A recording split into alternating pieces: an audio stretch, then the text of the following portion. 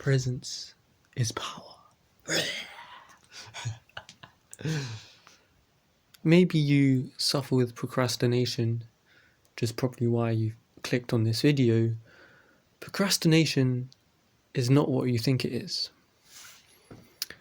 That's right, it's not what you think it is. It's different, because procrastination is actually easier to deal with, to get rid of, if that's what you want to do. Because I have figured out different ways to deal with procrastination, and also to see it in a different way, so I don't feel so bad when I procrastinate. In fact, I don't actually think about procrastination anymore. So in today's video, I'm going to be talking about how I beat procrastination, some of the ways of seeing procrastination that I have naturally developed over putting in the work of rediscovering myself and stepping into my power. So the first thing that I want to mention about procrastination is that procrastination is not a bad thing. Okay? It's not as bad as you think it is. Maybe you're trying to get some schoolwork done, but you just feel so distracted, and then you realize that you're procrastinating.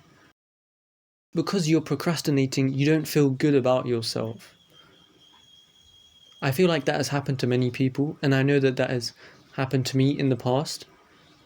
But to be honest, it doesn't happen to me anymore, because I don't see procrastination in a bad way. Because I realize that it's not a bad thing. Okay, procrastination is not a bad thing. Procrastination is a sign. It's just a warning sign. It's just a warning sign. It's a sign that you need to do something about your current circumstances. That's it. You don't need to get annoyed about it. You don't need to actually think about it, put energy towards it, put your awareness into it. The fact that you're procrastinating. Are you really procrastinating? No, it's just a sign that something needs to be done. You're not quite in alignment. Okay? Is your phone next to you? Do you get distracted by your phone when you're doing your work? If your phone is next to you on your desk when you're trying to do work, do you think you can do work properly if your phone is going off every 5 seconds with notifications? Okay? Put your phone on Do Not Disturb, or put it in a different room. Okay? Put it in a different room. Turn it off. Silence it. Okay? Another thing, you should stop thinking that procrastination makes you a bad person, because you're not the only person who does that. You're not the only person who procrastinates. There are so many people around the world who procrastinate. And you're getting annoyed over yourself because you're procrastinating. It's like you're not a completely different person. You're not an outsider because you are procrastinating. I literally don't think about my behavior when I'm doing something that's not on my schedule, in terms of, I'm procrastinating. I'm not doing what I'm supposed to be doing. This is a bad thing. I don't think like that. Do not think of procrastination in a bad way. It's just a sign that you need to change what you're doing. Okay? Procrastination is actually very easy to overcome. To be honest, I don't feel like I procrastinate that much anymore. And because of the action that I've taken, the way that I've changed my perspective on myself and on life in general. When you procrastinate, what you're doing is you're trying to deal with a negative emotion. You're just trying to cope with a negative emotion. Procrastination is a coping mechanism. Okay? That's all it is. There's nothing special about it. Again, you're not different. You're not, an outsider to other people. You're not different because you procrastinate. It's just that you're dealing with a negative emotion that isn't actually that hard to deal with. So now I want to get on to talking about the things that I do to beat procrastination. So the first thing that I've been doing recently is on my watch, I've been setting a 10-minute timer. Just randomly, I just set it. If I'm doing something and it's like, oh, like, I've got something coming up next in 30 minutes, an hour, then I set the 10-minute timer. What this does is it creates urgency. You can see that the time is going down. Time is ticking. What are you doing? Okay, it creates urgency. You see that the time is going down as well. Make sure that you can see your timer. Okay? If you set a timer on your watch like I do, I have to go like this to see the time, to see how much time I have left, which isn't necessarily a bad thing, but to get into a flow state, it's important that you're able to see the time quickly. Instant feedback, that's how you get into flow. Instant feedback, that's one of the things that you need to get into a flow state. What a 10-minute timer also does, or any kind of timer, a 5-minute timer, a 2-minute timer, a 1-minute timer, is that it lowers the bar for what you think you need to do. Instead of, in my case, doing like a 30-minute practice for my next drum lesson, I just set a 10-minute timer. And it just feels so much easier. Oh, I just have to play drums for 10 minutes. And the thing that you should know is that when the timer stops, just stop what you're doing. Don't carry on. Don't carry on. When you first start using the timer, don't carry on. When the timer finishes, you finish. Okay, don't carry on.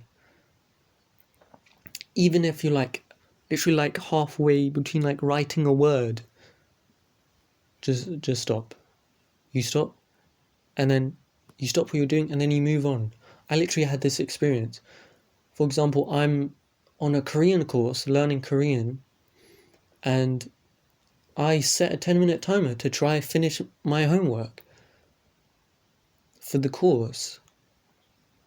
But then when it went off, I was literally on the last part of the homework. I was literally about to write one of the last words, but the time was finished. So what did I do? I stopped, put my pen down, closed my book, and I went on to the next thing. Because you're always going to have time to go back to it. Okay, to go back to that task. You can come back to that task on the same day at another time and set another 10-minute timer. Okay? Can you see the power of this? Can you see the power of the 10-minute timer? Hardly takes any time. Yeah, it creates urgency, which helps you to be productive. It's a blessing, honestly. Timers are incredible. I would suggest you start using them today. Another thing that you can do is, if there are different tasks, there are many tasks in a day, you can try setting a 10-minute timer for all of them and just work on all of them in a row, right? 10 minutes of drum practice, 10 minutes of drum practice for me, 10 minutes of Korean practice, 10 minutes of scripting another video, my next YouTube video, 10 minutes of doing a workout, 10 minutes of journaling, 10 minutes of meditation.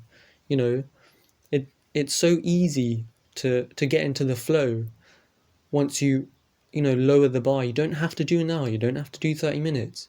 Just do 10 minutes. That's all you need to do. You should also learn to be forgiving with yourself and be gentle with yourself.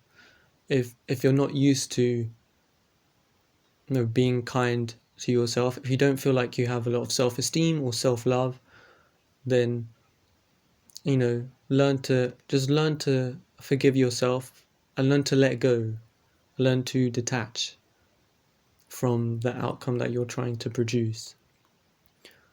Because procrastination, again, it's not actually that hard to beat. You're avoiding the work. You're avoiding putting the work in. But if you just lowered the bar, if you lowered your expectation for the work that you should be doing, that you want to be doing, that you think you need to be doing, then it will be a lot easier for you to start the task. It's not about completing the task, it's actually about starting the task where the most amount of energy is required. I once heard a quote that went along the lines of, the heaviest weight in the gym is the front door. Yeah, the heaviest weight in the gym is the front door. It's getting started. In chemistry, there's this concept called activation energy for a reaction to start. Okay, it's like that. Think about that. If you know anything about chemistry, if you're learning chemistry in school, then it's related to that. It's like a universal principle. Everything needs activation energy. But if you lower the bar, you lower the amount of activation energy that you need to start. So, yeah, procrastination isn't really a big problem, actually. Yeah. So, good luck with your future endeavors. I'll see you in the next video.